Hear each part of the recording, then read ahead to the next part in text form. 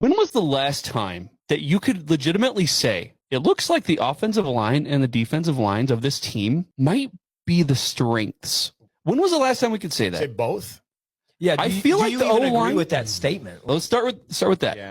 I understand where you're coming from, because at the very least we can say experience, and you did see guys that have the most experience take major steps forward last year. I'm looking at you, Bryce Benhart. Bryce Benhart. Bryce Benhart, we had left him for 54. dead. 54. Right? Yeah, we didn't even say his name.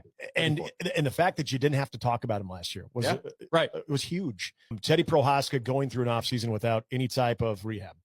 Like, that's great. I'm not ready to say the strength on the offense, but I get the experience that's there, and it is on the table. Mm-hmm. Defensive line, no question. Mm-hmm. And the fact that it's not only your frontline guys, but you have depth there too. And maybe that's a better conversation to have about the offensive line, is that gap between the ones and twos. I go all the way back to when Mike Cavanaugh was talking about the offensive line, and someone during a random midweek presser asked him, wouldn't you like to rotate more? And he was very blunt. I'll give old short, aggressive Mike a lot of credit.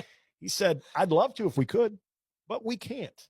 Essentially saying our twos are so far behind the ones, between Matt Rule, who has his hand in everything, especially when it comes to the line of scrimmage, and then also with Donovan Raiola, being able to bring those younger guys along to match up with your most experienced guys, that you might actually have the luxury of rotating in quality guys. So from that standpoint, sure. From an experience standpoint in that uniform, in this offense, I can understand why you'd say both could be the strength. I hope at the end of the season, we're saying that is the case. If you have both of those going, this is going to be a good season.